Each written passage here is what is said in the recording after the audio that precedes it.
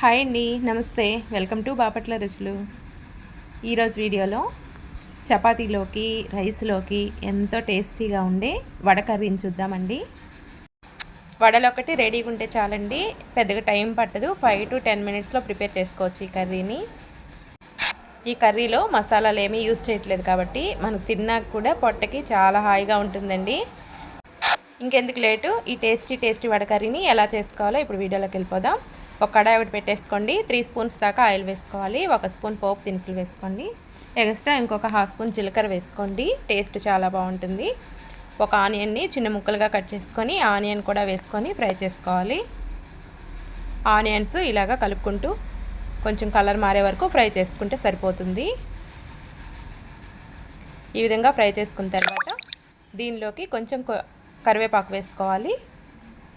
కరివేపాకును కూడా కొంచెం ఫ్రై చేసుకోండి.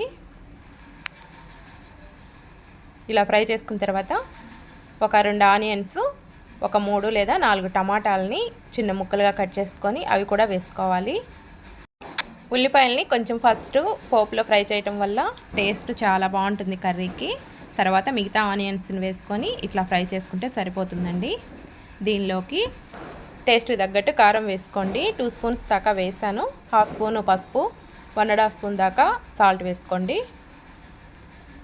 ఇలా వేసుకున్న తర్వాత ఫ్లేమ్ అనేది మీడియం ఫ్లేమ్లో పెట్టుకొని ఈ టమాటా ఉల్లిపాయలు మగ్గే వరకు ఇలా కలుపుకుంటూ ఫ్రై చేసుకోండి. మూత పెట్టేసుకొని ఒక 2-3 మినిట్స్ తర్వాత మళ్ళీ మూత తీసుకొని మళ్ళీ కలుపుకోవాలి. ఈ లోపల టమాటాలు అనేది బాగా మగ్గిపోయి ఉంటాయి. తర్వాత దీనిలోకి ఒక చిన్న నిమ్మకాయ సైజంత చింతపండుని నానబెట్టేసుకొని రసం తీసుకోవాలి. ఆ రసం కూడా తీసుకొని వేసుకోండి కర్రీలో. టమాటాలు కొంచెం మగ్గిన తర్వాతే చింతపండు రసం వేసుకోండి. ఇలా వేసుకున్న తర్వాత కొంచెం మీకు గ్రేవీకి సరిపడా కొంచెం వాటర్ కావాలంటే వాటర్ వేసుకోండి. పులుపు చూసుకొని పులుపు తక్కువైతే కొంచెం చింతపండు రసం వేసుకుంటే సరిపోతుంది. తర్వాత మూత పెట్టుకొని ఇంకొక 2-3 మినిట్స్ వరకు ఉడికించుకోవాలి. నేను వడలు అనేది ముందుగానే ప్రిపేర్ చేసి పెట్టుకున్నానండి.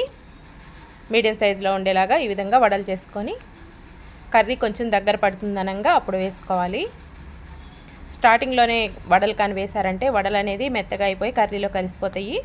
అలా కాకుండా ఇంకా 2-3 మినిట్స్లో కర్రీ రెడీ అవుతుందనగా అప్పుడు వేసుకుంటే బాగుంటుంది వడలు.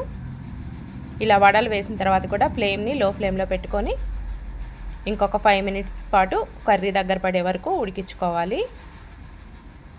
ఇలా వడలన్నీ కర్రీలో బాగా కలిసేలాగా మొత్తాన్ని ఒకసారి కలుపుకోవాలి. ఫస్ట్ కలుపుకొని మూత పెట్టుకొని ఒక 5 మినిట్స్ లో ఫ్లేమ్లో పెట్టుకొని కర్రీని దగ్గర పడేలా ఉడికించుకోవాలి. కర్రీ చూసారా, ఆయిల్ పైకి వచ్చేసింది. కర్రీ కూడా బాగా దగ్గర పడిపోయింది. గ్రేవీ కూడా బాగా థిక్గా వచ్చేసింది. గ్రేవీ మరి చిక్కగా అయ్యే వరకు ఉంచుకోకుండా ఇలా కొంచెం గ్రేవీ ఉండగానే ఆపేసుకోవాలి స్టవ్. తర్వాత చల్లారాక కొంచెం గ్రేవీ అనేది థిక్గా అయిపోతుంది. ఇంతేనండి, కొంచెం కొత్తిమీర వేసేసుకొని సర్వ్ చేసుకుంటే ఎంతో టేస్టీగా ఉండే వడ కర్రీ రెడీ అయిపోయినట్లే. ఒకసారి ట్రై చేయండి. వీడియో నచ్చితే లైక్ చేయండి. మన ఛానల్ని సబ్స్క్రైబ్ చేసుకోండి. థ్యాంక్ యూ అండి.